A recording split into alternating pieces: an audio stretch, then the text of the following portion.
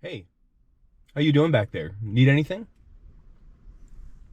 Why do so many people film themselves speaking in their cars? I'm sure you've seen this on social media. Maybe people even a little older than I am, perhaps with Oakley sunglasses, are putting forward strong opinions about the government, about the world, about some kind of crisis, about some bad service experience that they just had at the McDonald's from their car. So maybe one reason people do this is because the idea comes to them right when they're sitting here and they have to capture it now. Perhaps that's part of it. It's probably because speaking in a random public place is awkward. But I think we might think about the choice of a setting in a digital environment as part of what we would normally call, in the rhetorical tradition, delivery. Delivery being that stuff of vocal intonation, gesture, facial movement, how we animate ourselves when we're speaking. All of that would be part of delivery. In the online environment, where you sit, what setting you choose for your speech is part of that decision about delivery. There might be a few other reasons why the car is chosen. One is that it's a relatively controlled environment. I am inside of my car right now, and I'm not too worried about anybody else coming in. I have a moment's break from potential interruptions, cats, kids, and I also feel like the car is a place that I know well because I often am in here. So maybe people feel a kind of psychological comfort speaking in their cars. Another reason, though, might be the symbolic meaning of speaking from a car. At least in American culture, cars are often associated with our sense of personal liberty, personal control, the ability for my freedom to be heard. You can hear the sound of freedom if you're driving around Boston when people are honking. That's the sound of freedom.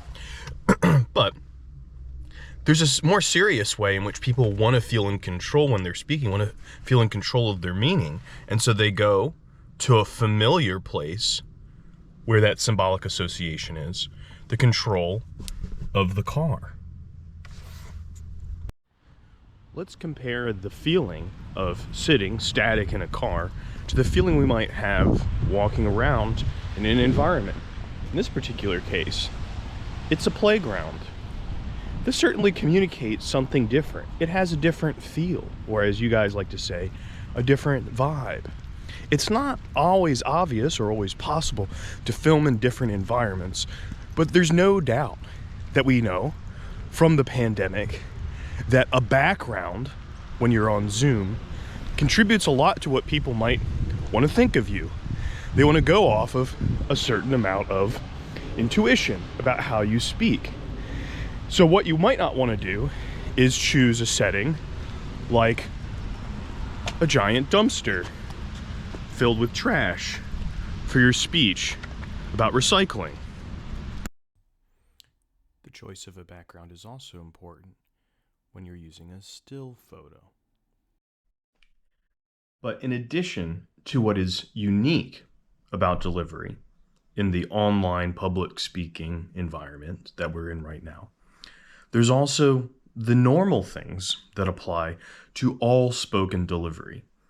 These have to do with the tone of your voice, the gestures of your face, your limbs, your body, insofar as they are visible, and choices that you make about these through the meaning of your speech.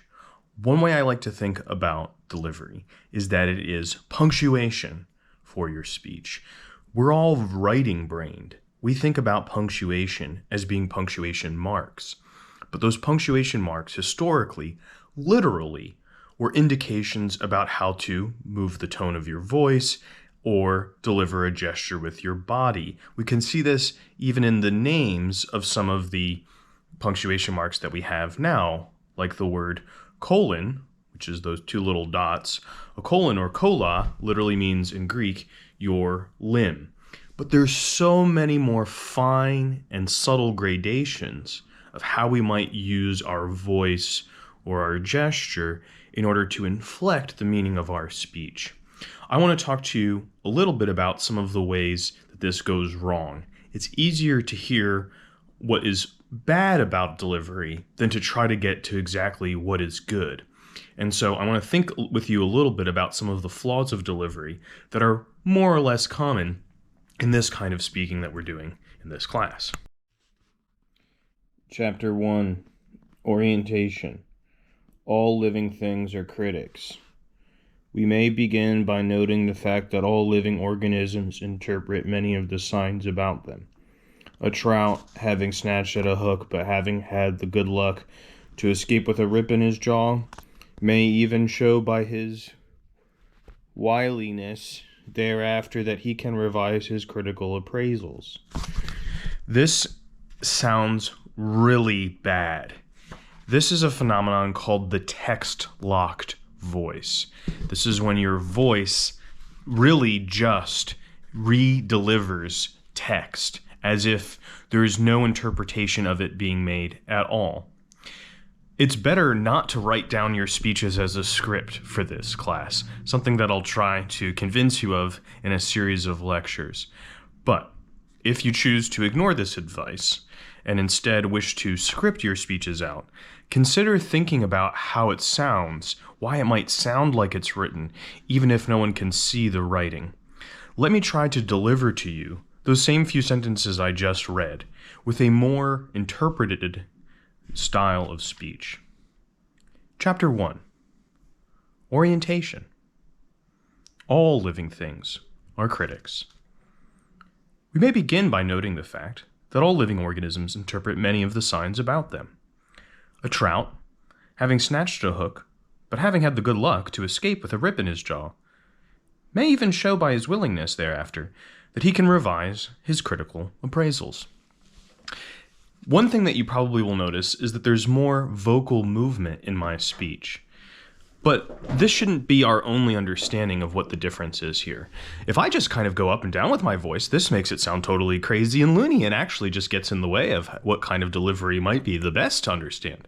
So the difference that people sometimes make between speech that sounds monotone and speech that is inflected is not wrong, but it really doesn't even get us halfway to what's happening in a well-interpreted delivery and one that is poorly interpreted. The change of the vocal inflection of my voice has some qualities to it that are related to the interpretation of the words that I'm saying. One of this has to do with the level of surprise that I think is appropriate and the level of expectation that I think is appropriate.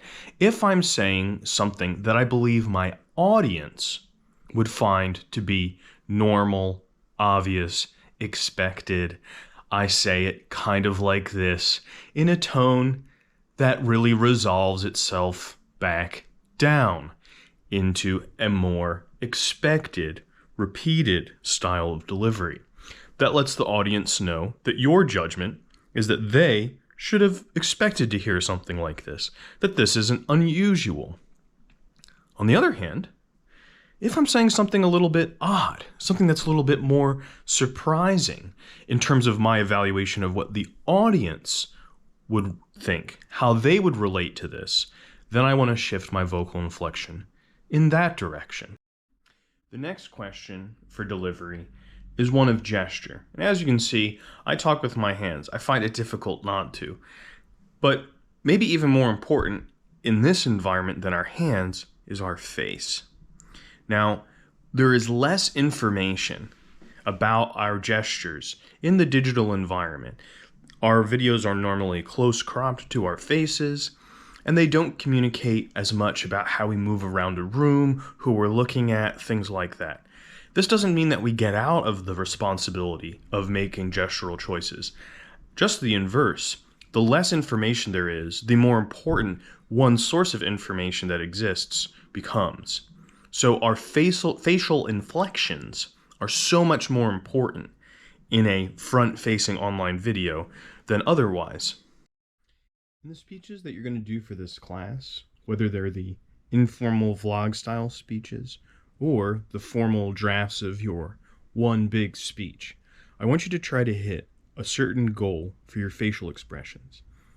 Every speech, you should have a movement between at least 3 different facial expressions. And you can even think about this as part of the way that you're arranging your speech. In an introduction, maybe you start with a sense of uncertainty, a little bit of unawareness in the story that you're about to tell about yourself, of where it's going to go. You're putting yourself in the position of someone who's remembering what it was like to not know what was about to happen. And then there's the sense of fear or anxiety or anger that's appropriate to that particular narrative. And then it resolves back into a more calm, understanding tone. So the narrative structure of a story about yourself has an emotional structure as well, and your face should be able to reflect and show that dynamic movement that you yourself have composed through the emotions of a speech.